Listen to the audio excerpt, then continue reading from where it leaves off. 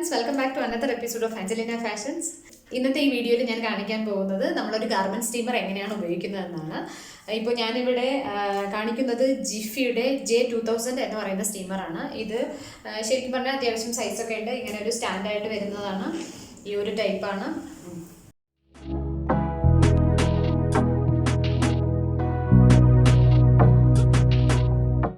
താഴെ നമുക്ക് വീലൊക്കെ ഉള്ള ഒരു ടൈപ്പാണ്. ഇത് ആക്ച്വലി പ്രൊഫഷണൽ യൂസിന് ഉപയോഗിക്കുന്നതാണ്. ഞാനിത് ഷോപ്പിൽ ഉപയോഗിച്ചിരുന്നതാണ്. അപ്പോൾ ഞാനിന്ന് ഇതിൽ നിന്നാണ് കാണിക്കാൻ പോകുന്നത്.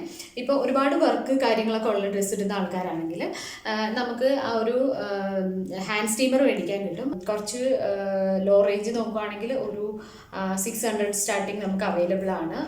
പിന്നെ കുറച്ച് ക്വാളിറ്റി ഉള്ളതാണെങ്കിൽ ഒരു 3000 ആ ഒരു റേഞ്ചിലാണ് ഉള്ളത്. സ്റ്റീം അയൺ യൂസ് ചെയ്യുമ്പോൾ ശ്രദ്ധിക്കേണ്ട കുറച്ച് കാര്യങ്ങൾ, എങ്ങനെയാണ് ഇത് യൂസ് ചെയ്യുന്നത് എന്നൊക്കെയാണ് കാണിക്കാൻ പോകുന്നത്.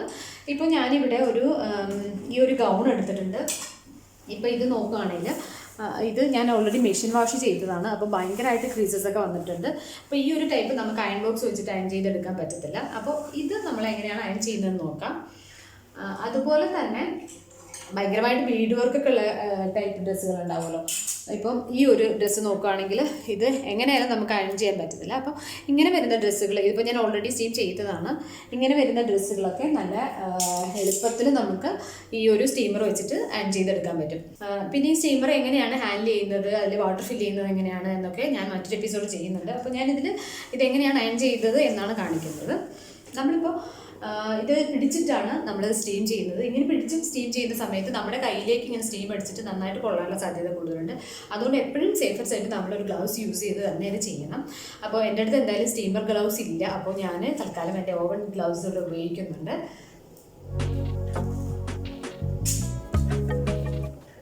ഇപ്പം ഇതിൽ നോക്കിയാൽ അറിയാം, അതിൽ വെള്ളം ചൂടായി കഴിഞ്ഞു. വെള്ളം താഴെ ഞാൻ ബോക്സിൽ വെച്ചിട്ടുണ്ട്. അതൊക്കെ ഞാൻ വേറൊരു എപ്പിസോഡിൽ ചെയ്യുന്നുണ്ട്, അതിൽ കാണിക്കാം. അപ്പോൾ വെള്ളം ചൂടായി തുടങ്ങിയാൽ ഇങ്ങനെ എയർ വന്നുകൊണ്ടിരിക്കും. അപ്പോൾ നമുക്ക് മെയിനായിട്ട് ഈ ഭാഗങ്ങളൊക്കെ നമുക്ക് ഇങ്ങനെ അയൺ ചെയ്ത് കൊടുക്കാം. പക്ഷേ എപ്പോഴും ബെസ്റ്റ് നമുക്ക് ഇത് മൂവബിളാണ്. ബെസ്റ്റ് ഇത് ഇങ്ങനെ പിടിച്ചിട്ട് ഇതിൻ്റെ അടിഭാഗത്ത് നിന്ന് മുകളിലേക്ക് അയൺ ചെയ്യുന്നതാണ്.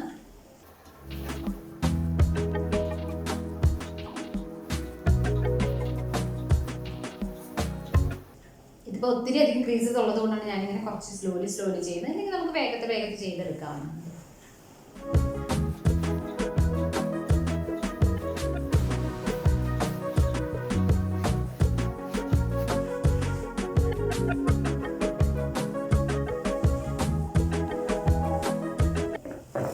ശരിക്കും നമ്മുടെ കയ്യിൽ 2 ഗ്ലൗസ് ഉണ്ടെങ്കിൽ 2 കയ്യിലും ഗ്ലൗസ് ഇടുന്നത് ഏറ്റവും സേഫറാണ്. ഇപ്പോൾ ഇതിൽ നിന്നൊരു ഒച്ച ഇട്ട് തുടങ്ങി ആ വെള്ളം അങ്ങനെ ബോയിലായിട്ടാണ് ഇതിൻ്റെ ഉള്ളിൽ നിന്ന് ഇങ്ങനെ എയർ വരുന്നത്. അപ്പോൾ നമ്മൾ 2 കയ്യിലും ഗ്ലൗസ് വെക്കുകയാണെങ്കിൽ ഏറ്റവും സേഫാണ്.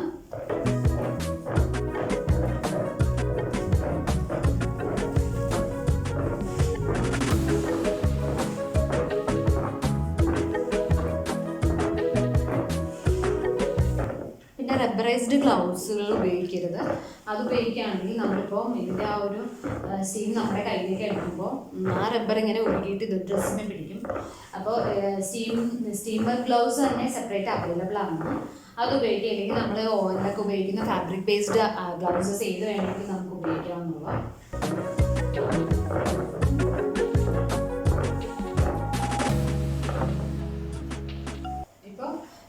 ഇവിടെ നോക്കുകയാണെങ്കിൽ നിങ്ങൾക്ക് ആ ഒരു ഡിഫറൻസ് മനസ്സിലാവും. ഇതിപ്പോൾ ഞാൻ എല്ലാ ഭാഗത്തും ചെയ്തിട്ടില്ല. ഇതിപ്പോൾ ചെയ്യാത്ത ഭാഗമാണ്. ഇത്രയും ക്രീസസ് ഉണ്ടായിരുന്ന സംഭവമാണ്. ഇപ്പോൾ ഞാൻ ഈ ഫ്രണ്ട് പോർഷൻ ഒന്ന് കവർ ചെയ്തിട്ടുണ്ട്. ഇപ്പോൾ ഇത് നല്ല ഭംഗിയായിട്ട് ഇത് റെഡിയായി വരുന്നുണ്ട്. അതുപോലെ നമുക്കൊരു സ്റ്റീമർ സ്പ്രേ അവൈലബിൾ ആണ്. അതാണെങ്കിൽ ഒരു ചെറിയൊരു സ്മെല്ലൊക്കെ ഉണ്ടാവും, ഒരു ലാവൻഡർ സ്മെല്ല്, നമുക്ക് ഇഷ്ടപ്പെട്ട ഫ്ലേവറിലുള്ള സ്മെല്ലൊക്കെ ഉള്ള സ്റ്റീമർ സ്പ്രേ മേടിക്കാൻ കിട്ടും. അത് വേണമെങ്കിലും യൂസ് ചെയ്യാവുന്നതാണ്. ഇപ്പോൾ സ്റ്റീമിങ് കംപ്ലീറ്റ് ആകാത്ത കുറച്ച് പോർഷൻസ് ഉണ്ട്. ഡൗൺ പോർഷനൊക്കെ ഞാനിവിടെ ബെഡിലിട്ടിട്ട് ഒന്നുകൂടി ചെയ്തെടുക്കുന്നുണ്ട്.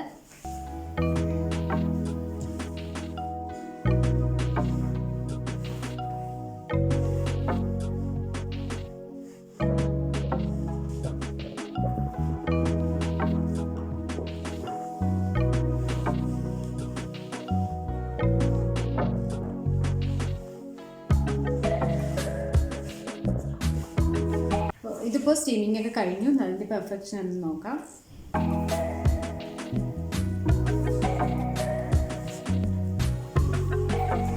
നല്ല ഭംഗിയായിട്ട് തന്നെ ഫിനിഷായിട്ട് കിട്ടിയിട്ടുണ്ട്. അപ്പോൾ അത്യാവശ്യം ബീഡ് വർക്ക്, എംബ്രോയ്ഡറി ഇങ്ങനെയൊക്കെയുള്ള വർക്ക് കൂടുതലുള്ള ഡ്രസ്സ് ഉപയോഗിക്കുന്ന ആൾക്കാരൊക്കെ ഒരു ചെറിയ ഒരു ബഡ്ജറ്റ് സ്റ്റീമറിൽ ഇൻവെസ്റ്റ് ചെയ്യുന്നത് എപ്പോഴും നല്ലതാണ്. അപ്പോൾ നമ്മൾ നല്ല ഭംഗിയുള്ള ഡ്രസ്സൊക്കെ ആ ഒരു സ്റ്റീം ചെയ്തിരുന്ന കാണുന്നതിന് തന്നെ ഒരു ഭംഗി ഉണ്ടാവും. അപ്പോൾ നമുക്ക് പുതിയ വിശേഷങ്ങളുമായിട്ട് അടുത്ത വീഡിയോയിൽ കാണാം. അതുവരേക്ക് ബൈ ബൈ.